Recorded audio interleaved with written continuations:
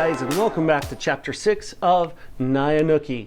Now, if you're really enjoying this adventure, yesterday I had told you about Sonti Token, and now I'm going to tell you about another one of his books called Costo. So now, Costo is about twin Native American Blackfeet children. So, if you're enjoying Naya Nuki and you can't seem to find Sonti Token, you can go find Costo as well. All right, let's get started with Chapter 6. Danger at night. The sun was setting and Naya Nuki prepared to start on her third night of travel. Hunger pains reminded her that she hadn't eaten for 2 nights or 2 days. A fast pace of travel burned up lots of energy. Her body cried out for food. Still, Naya Nuki would wait until morning before eating. Again, the night was clear and the moon shone brightly. Naya Nuki had traveled only a short distance this third night when she stopped to listen and to smell. She was sure she smelled smoke. The wind was blowing lightly from the southwest. The smoke was coming from her left, and its source was not far away. Carefully, Naya Nuki moved forward in the darkness. She made her way up a gentle slope through the tall grass. The smoke grew thicker. Naya Nuki strained to see ahead of her. Slowly and silently she moved forward. Soon she saw the first campfire, and then another and another. Slightly below her and to her left, about a quarter of a mile away, lay an encampment of at least 100 enemy Indians. Naya Nuki's heart pounded. What if the wind hadn't carried the smoke to her? She might have gotten too close to the camp and been discovered. Slowly Naya Nuki backed away. She made a wide circle north, going to at least 1 full mile out of her way to avoid this camp. She crossed a clear, cold stream, the same one the encampment used for water. Her pace quickened as she put distance between herself and the camp. She avoided her first dangerous obstacle. This third night was very cold. Naya Nuki welcomed the freezing temperatures.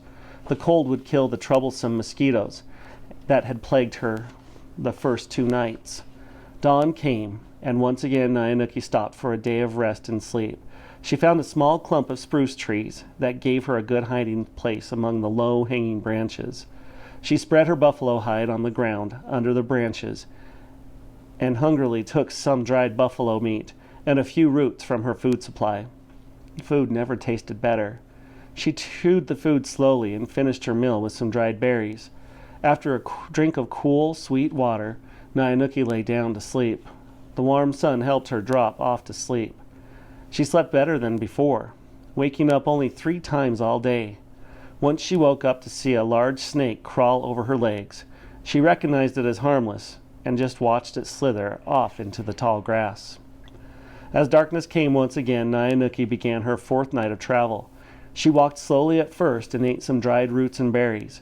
She drank water at every stream she crossed. The night was cold, and biting wind chilled her. She quickened her pace as her eyes adjusted to the darkness. The moon came up later each night and became smaller in size. Naya Nuki stayed alert, listening for any unusual sound. She used her nose to search the air for odors. She strained her eyes to see any danger. It was on this 4th night that Naya Nuki really felt alone. She kept telling herself that her only chance to make it home to her people was to stay alert and to use all her skills to survive. If only Sacagawea could have come with her. 2 would have been a better chance of surviving. I must not waste time wishing for what can never be, she thought. I must think of only survival. Each step I take will bring me closer to home. I must think only of staying free and moving toward the mountains. Naya Nuki's planned route home would cover about 1,000 miles. In terms of present-day geography, she would have to cross nearly half of North Dakota and almost all of Montana. She would have to follow the Missouri River to its source in the southwestern Montana. Naya Nuki was only 11 years old. She would need the utmost courage and skill to have even a slight chance of living through such a wilderness journey. During the night, the wind increased, and the temperature dropped. Soon the moon was covered by heavy dark clouds. A freezing rain began to fall. Naya Nuki lowered her head and continued moving. Rain and snow mixed was followed by heavy, wet snow. It caked in Naya Nuki's hair. She wiped it out of her eyes often. It was hard to see or hear, but she continued. Naya Nuki remembered the warmth of her people's lodges. She thought about those times when they would gather in the lodge of an aged warrior to listen to stories of brave deeds of the past. She remembered every story ever told to her. Suddenly, Naya Nuki felt fear come over her. She could not see anything, or hear or smell anything different. Something told her that great danger was near. As she stopped to wonder what could be wrong, she remembered the story of the braves who became lost in a great snowstorm. They could not see, hear, or smell. They were moving on helplessly when an old warrior cried out for all to stop. The younger braves obeyed the old one. He told them to take cover without moving any further and to wait until the storm passed. When the storm ended and the braves could look around, they found themselves on the edge of a high cliff, 300 feet above the rocks. Only a few more steps, and some or all would have fallen to their deaths. The old man saved their lives. Naya Nuki remembered the spot where she stood. Realizing the danger of continuing, she dug a shallow trench, rolled herself inside the buffalo hide, and let the heavy snow cover her. A foot of snow fell before the wind finally let up, and the snow stopped falling. Naya Nuki stayed in her snow-covered cocoon. Dawn was only an hour away. When daylight came, Naya Nuki crawled out of her warm bed and stood to look around. It was then that she trembled at the sight before her. Only a few feet away, the land dropped sharply to the great river below. Naya Nuki had stopped on the edge of a 200-foot bluff carved by erosion. As Naya Nuki had walked during the storm, she had gone far out of her way. Instead of walking west, she was going due south and had stopped just a few feet of certain death. Naya Nuki thanked the Great Spirit for being with her and causing her to stop in time. Never again would she travel during a storm or when she could not see or hear well. Her great desire to get home must not cause her to take unnecessary chances. She must think clearly. Every decision was hers alone. Any mistake could be her last. Naya Nuki shook and shivered as she looked down at the river below. Slowly Naya Nuki turned and walked through the deep snow. Travel was still dangerous. Not only was it the daylight, but also her tracks in the snow were like giant fingers pointing at her, right at her. Naya Nuki took only a few steps before stopping. She would have to stay in this spot until the snow melted.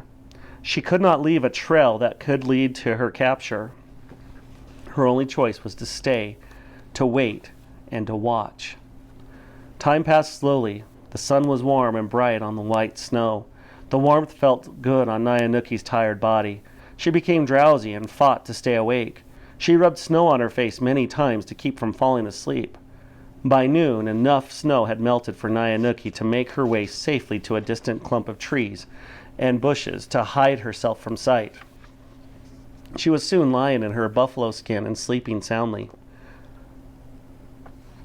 The howls of the coyotes woke Naya Nuki. Darkness had come to the prairie. She sat up and began preparing to leave. She took time to eat some dried roots and berries from her meager supply. Having eaten only 3 small meals, Naya Nuki would begin the 5th night of her long trip. She paid little attention to her hunger. Every night of safe travel took her further from the enemy and closer to home. During this night of travel, Naya Nuki crossed 2 wide rivers, coming from the north. The water in the rivers was low now, in the fall of the year, compared to the high runoff times in the spring, but danger was still there. She always searched for a safe crossing. Darkness made seeing difficult. Naya Nuki was always nervous as she entered the water. Often she used a log to help her float through the deepest part of the current. River crossings used up a lot of time. She was always greatly relieved when she arrived safely on the opposite shore. The cold water refreshed her and gave her new energy. She was glad to be on solid ground and heading west. As this 5th night of travel ended, Naya Nuki sat in some willow bushes near a small creek. The eastern sky showed a tint of light, signaling the arrival of another day. Back home, this always had been Naya Nuki's favorite time of day. The early morning hours were always full of activity. Birds sang the songs of a new day. The air was clear and fresh. Cheerful morning fires were fanned into flame. Women and girls gathered wood and went for water. The morning meal was prepared and always tasted so good. In times of plenty, breakfast was the biggest meal of the day. Gathering berries and roots was the work of the day for women and children. Men were off early to hunt and fish. Berries, roots, fish, and wild game were dried and saved for the long winter. Hides were scraped and dried. And that will do it for Chapter 6. Now, if you don't know the answer to one of those questions, rather than putting I don't know, go back and re-listen. Remember, though, for full points, you do have to answer the question correctly, and you do need to use complete sentences with restating the question. Have a great rest of your day, guys. We'll see you tomorrow for Chapter 7.